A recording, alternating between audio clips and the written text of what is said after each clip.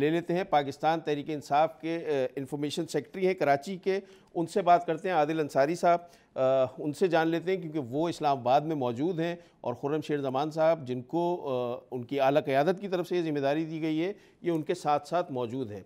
आदिल अंसारी साहब, अस्सलाम वालेकुम। वालेकुम अस्सलाम जनाब, कैसे मिजाज हैं? मैं बिल्कुल ठीक ठाक।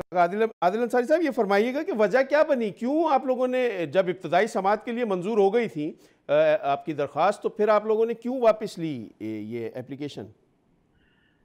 बहुत बहुत शुक्रिया, आपने मौका दिया, मौका पेश करने का।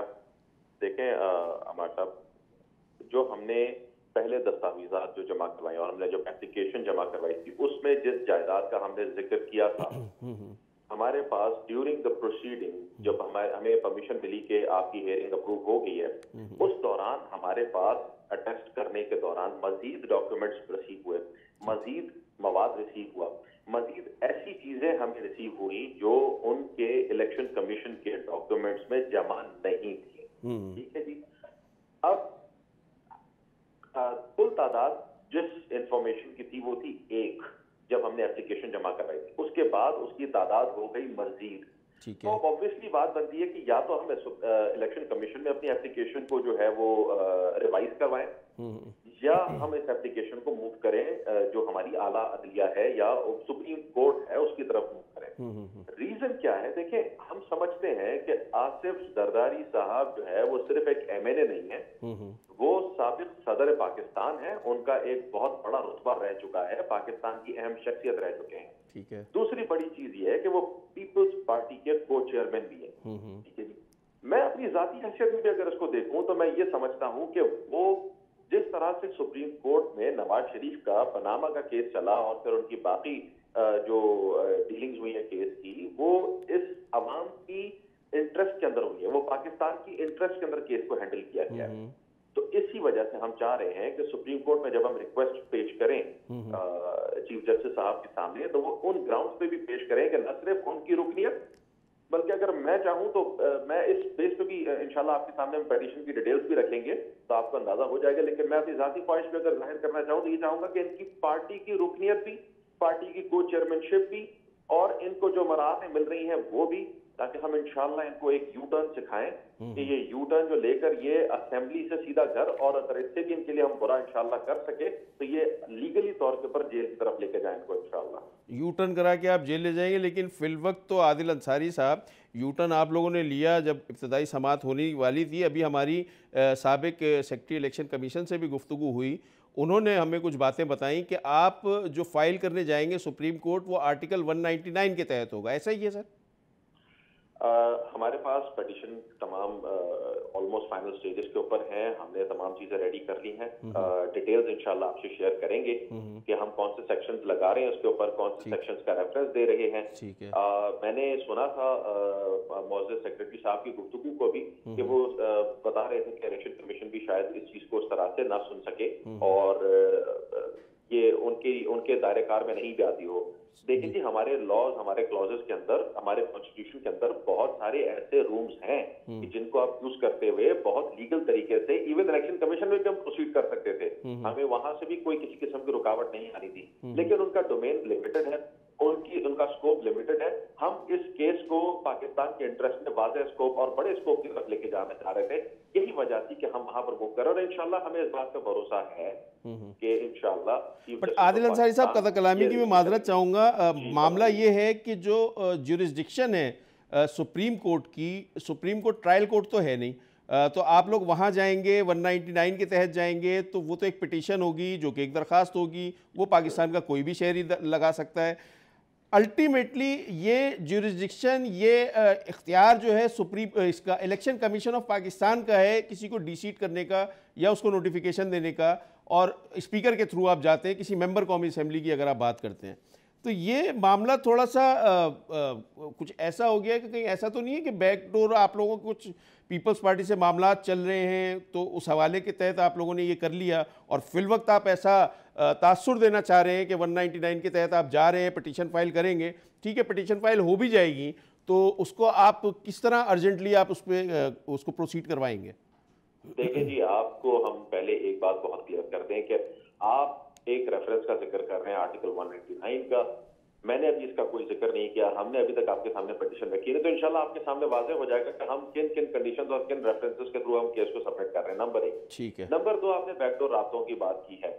देखिए जी, इमरान खान साहब हमारे जो चेयरमैन भी और हमारे प्राइम मिनिस्टर साहब हमारे पाकिस्तान के जो है, बिल्कुल भी इस बात का सवाल पैदा नहीं हो सकता कि हम किसी किस्म के बैकडोर डील का उनके नाम के साथ जोड़ भी सकें।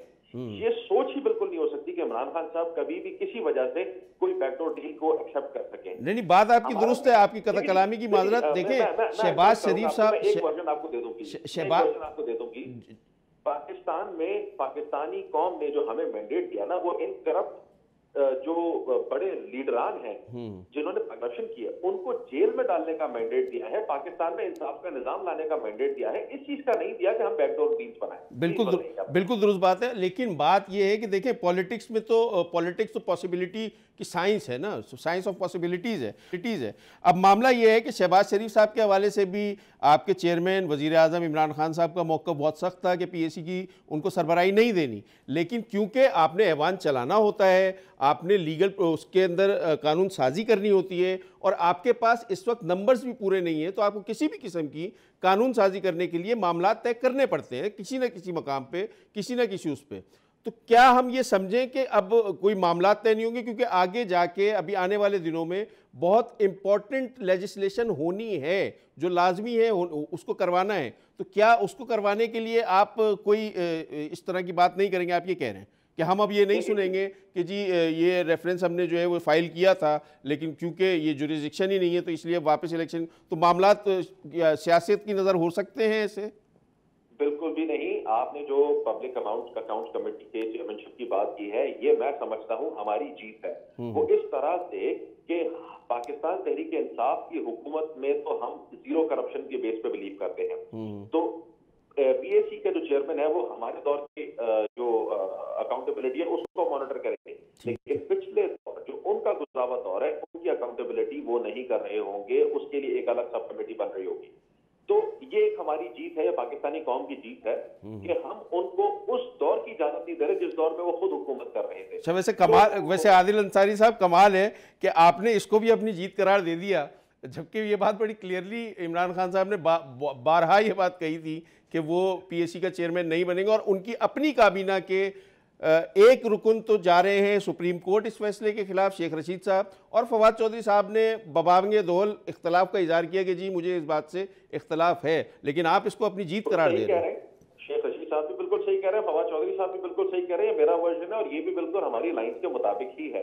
अच्छा, देखिए, बात बड़ी वाज़ेह है कि हम कहीं भी नहीं चाह रहे कि जो, देखिए मुझे पर्सनली तौर पे मुझे बिल्कुल भी खुशी नहीं हो रही कि शहबाज शरीफ जो है एक जेल याफ्ता जो है, एक सजा याफ्ता तो नहीं है ना, मुलजिम है सर, उसमें हमारी जीत है सर अभी तो मुलजिम है ना, अभी सजा याफ्ता तो नहीं हुए, मुलजिम में इल्जाम तो किसी को भी लगा। मैंने कहा सर सजा याफ्ता नहीं कहा, मैंने जेल याफ्ता कहा, जेल में तो है ना वो, जेल में बिल्कुल है, ठीक है।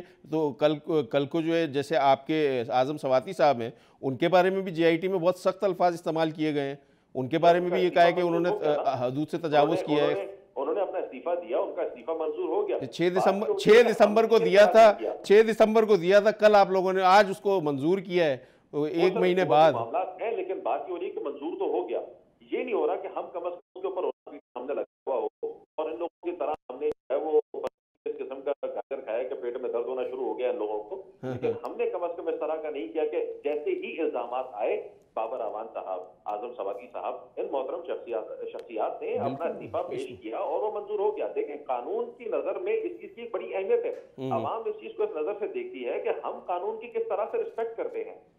हम ये जिद नहीं लगाते कि मैं चले सर, मुझे ये सर बस प्रोग्राम अब वाइंड अप करना है, तो मुझे बस मुख्तसरन ये बता दें कि सुप्रीम कोर्ट में जो पिटीशन फाइल होनी है वो कितने दिन में हो जाएगी? सर इंशाल्लाह हम कौम को ये जल्द खुशखबरी देंगे, क्योंकि हमारी नजर में केस ओपन एंड शट है, और जैसे ही इसकी अगले हफ्ते के अंदर हम तैयारी मुकम्मल कर लेंगे, इंशाल्लाह तारीख का ऐलान कर देंगे। ठीक है, बहुत बहुत शुक्रिया आदिल अंसारी साहब।